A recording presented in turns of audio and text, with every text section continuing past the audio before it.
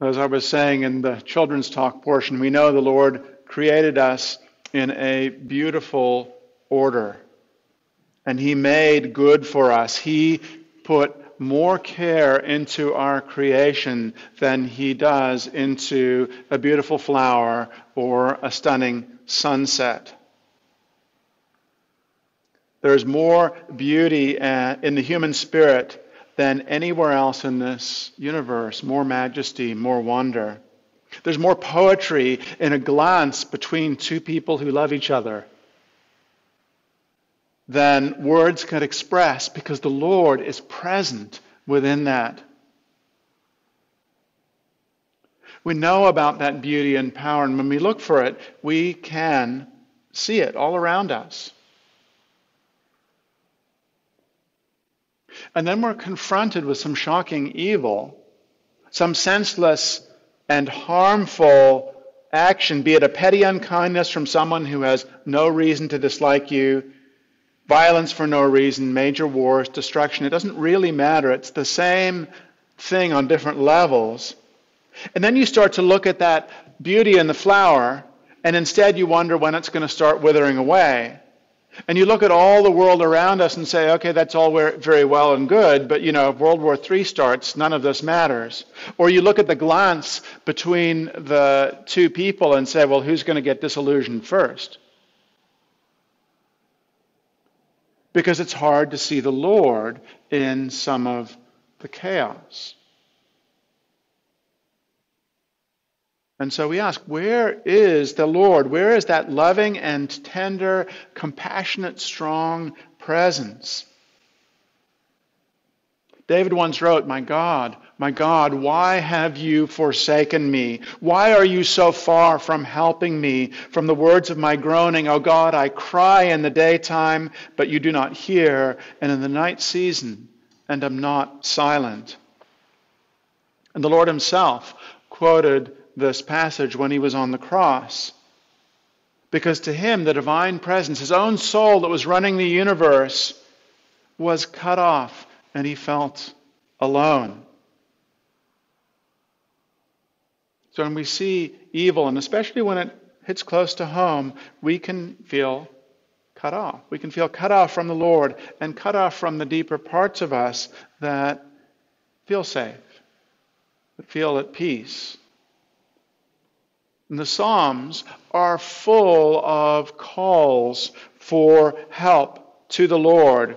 And there's this consistent theme in those calls, which is, Lord, you said if I followed you, you would take care of me. And now this is happening. Where is your help? Why am I not safe? And I think part of the Lord's message in giving us those Psalms is that he knows this is going to be a common experience in our lives. Because he knows we will have to wrestle with this question of why is there the kind of evil in the world that we see all too often. I'd like to look at two different things that we can do to come to some peace about evil that we see. One is we can try to understand, and the second is we can learn to deal with it constructively. Now, by understand, I don't mean that we should try to understand the evil itself, because evil is senseless. There's no logical reason for a murder, for a fraud, for an unjust war. It's stupid, it's short-sighted. And the sad thing about evil is that the people who do it don't get away with it. As our reading said, those who do evil bring harm on themselves, no matter what the appearance is. By virtue of doing something horrible, they put their spirits in hell immediately. And the only way out of that hell is to take responsibility, and that means acknowledging it, both in their hearts and by how they live. They have to grieve and change. And if they do not take responsibility, then that hell continues in their spirits, and devils far more cunning than they are create a living hell within them, and in the next life they end up going there. So one of the immediate things that we can understand is that no one ever gets away with anything. We look from the outside and see the unjust person appears to have won. He has more money, he has more land, he has, you pick what it is, right? He won, this person suffered. But the Lord said, what does it profit a person if he gains the whole life, the whole world, and loses his soul? Or what will a person give in exchange for his soul?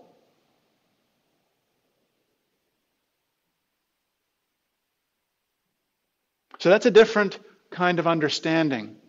It's not of why one would do the evil, but of how no one gets away with evil ever. Not for 1 second does anyone get away with evil, you and me included. The Lord brings justice every time, and at the same time, He provides for what is most important for Him, which is our freedom. Our freedom is what makes us human beings, beings who can choose. A dog cannot get up tomorrow and say, I've been a bad dog. I'm sorry I chewed up your rug last week. I'm going to change. But people can change. And that's what makes humanity live forever, is we have that capacity to make eternal choices. We read in the Arcana, the Lord could lead people into good by means of omnipotent force. But this would take away their life. And life here isn't your external life. It's meaning you would lose your soul, your very existence. I think the counter that I most commonly hear to that idea is, okay, that's fine. For ordinary evil, leave people in freedom. But when evil rises above a certain threshold, maybe the Lord should intervene. When it's 10,000 people, maybe the Lord should intervene. Sorry, your freedom doesn't matter at that level.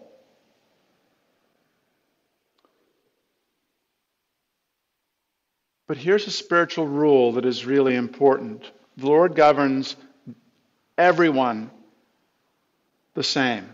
He governs in greatest and in least exactly the same way. The same rules apply. So when someone steals 10 pounds or someone steals 20 million pounds, the Lord's government is exactly the same. When someone gossips, character assassination, and someone kills someone, murder, the Lord's government and rules are exactly the same. When someone tells a dirty joke or when someone commits adultery, the Lord's government is exactly the same. Now, that doesn't mean that the Lord doesn't treat the situations differently, because one is much more damaging than the other. But what is the same is the ways in which He intervenes, which is that He doesn't. Because if He were to intervene in the really big things, He would also have to intervene in all the little things, and that would destroy all of humanity. So when you look at it that way, you can say, well, actually, the Lord is being kind to you and to me and to everyone by saying that He will not, under any circumstances, interfere with human freedom. That's a key point of understanding evil. Another one is that He's present even in evil, which means He only allows evil that can support our eternal development. only something that he can turn to good. And that's not saying that he wants it. It's not saying that he plans it. Far from it. In Lamentations we read, "For he does not afflict willingly nor grieve the children of men, to crush under one's feet all the prisoners of the earth, to turn aside the justice due to a person before the face of the Most High, or subvert a person in his cause. The Lord does not approve." The Lord never, ever approves of evil. But since he will not destroy our freedom, he allows expressions of it in directions where some good can come of it.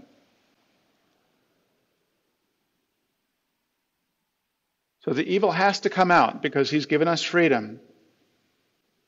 But he closes off certain channels and he allows it to come out in others.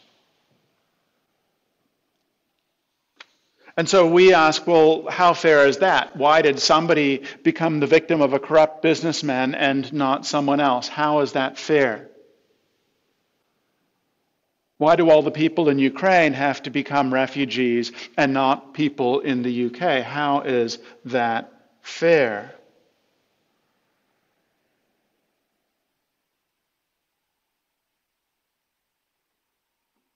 The Lord guards and protects what is eternal in us, and he does that the same. And he does not allow what does not bring us eternal benefit. So that's not saying that life is fair. It is absolutely true that if you live in the Ukraine right now, life is not fair. And all of us here have a lot more bounty. It is not fair. But what is true is that the Lord is guarding the eternal well-being of everyone in the world. Absolutely. Right now. So anybody who's experiencing pain, the Lord is assuring us that there is some happiness, some peace, some safety that he will bring out of it, and that we will experience not just now, but forever because of that. If, and this is an important if we turn to him. Now, I want to be clear. This is not saying that we live in the best of all possible worlds.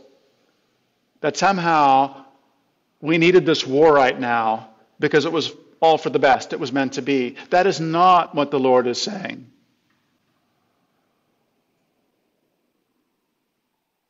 It's that he is going to bring good out of it, and it is good that will last forever. So perhaps we can see and try to understand why the Lord guards our freedom so greatly. We can understand and see that he is bringing good out of things that seem senseless and horrible. He does not and will not ever want harm. But he will use it to bring eternal benefits. And we can understand that part of trying to be good means that evil will attack you. Just as the hells attack. It will happen. And this is part of what the Lord meant when he said, "Blessed are you when they revile you and persecute you and say all manner of evil against you falsely for my sake. Rejoice and be exceedingly glad.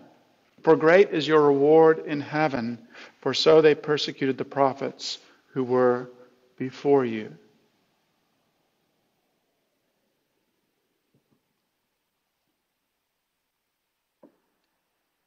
Now, I've been talking about understanding some of the governance of the Lord, and that's really important. It's important to really deeply believe that the Lord did not somehow cause this to happen. But understanding can take us only so far. We also need to take the simultaneous step of processing and doing. So a healthy and appropriate response to evil can be anger. The good anger that the New Church calls zeal. Zeal is a desire to protect what is good, and we act from good motives when we rise up against the presence of evil. Dylan Thomas wrote a poem about his father. He said, "Do not go gentle into that good night. Old age should burn and rave at the closing of the day. Rage against the dying of the light." And what he was saying is, I, your son, need your presence. Fight for it. Fight for it because I need your help. And we too need to find that desire to stand up and to fight for what is good and important in the world, in our lives. To say this is wrong. And we need to find ways to make sure it won't happen again. And we also need to grieve. The Lord said, "Blessed are those who mourn, for they shall be comforted."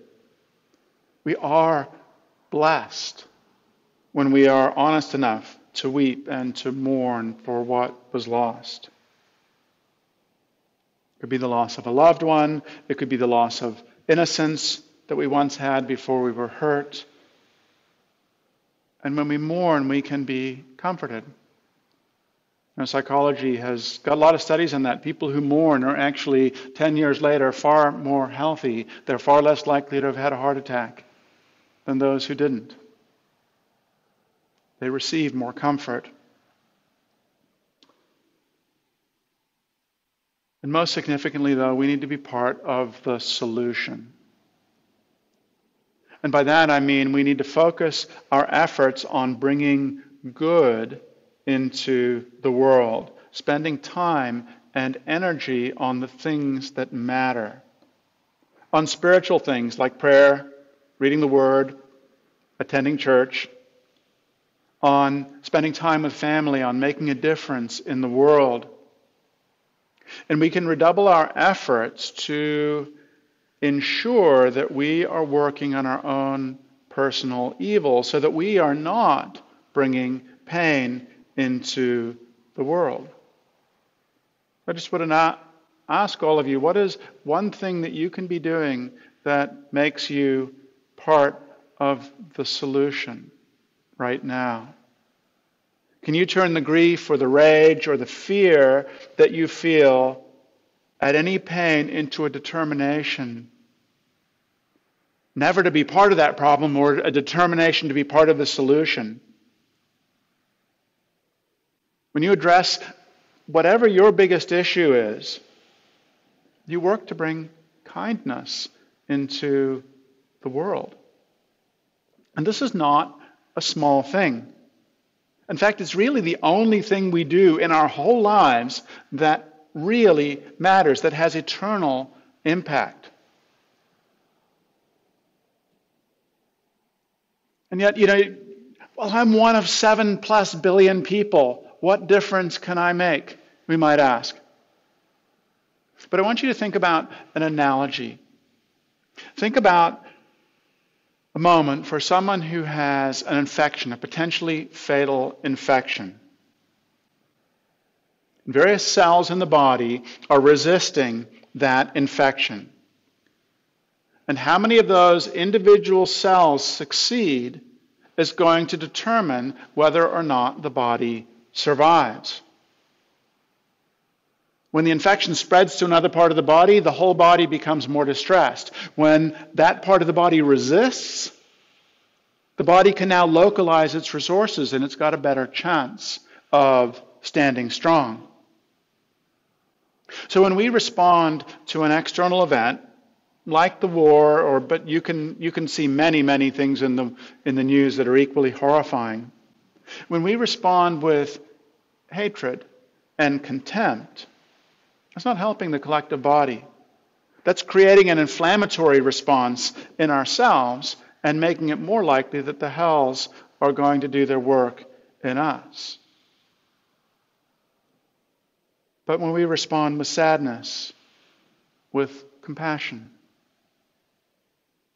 with looking at our own lives to make sure we are pushing away hate and control, then we become part of the force for good in the world.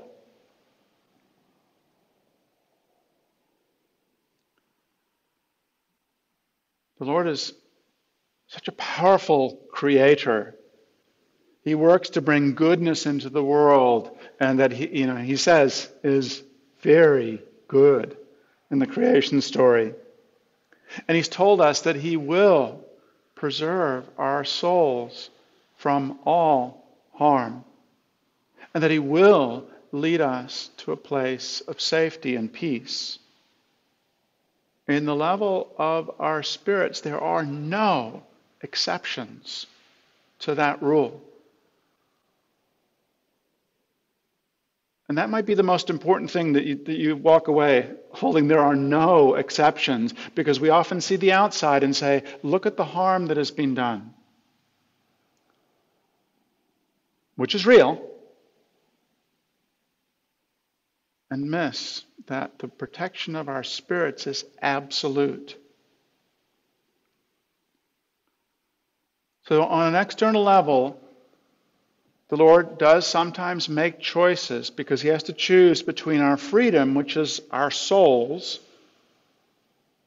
and something else. And he'll always choose what is deeper, what is more eternal, even when it seems like he allows terrible things. But I want you to notice that word external.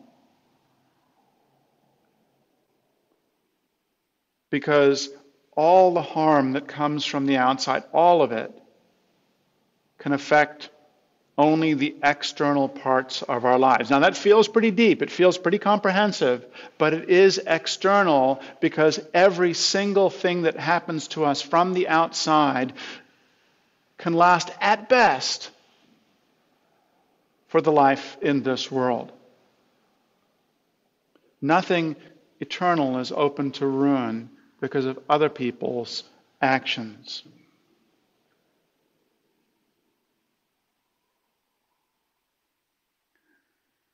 And the Lord invites us to live our lives with that awareness, to be choosing what is eternal right now in our actions, in the people that we interact with, the way we spend our money, the way we spend our time.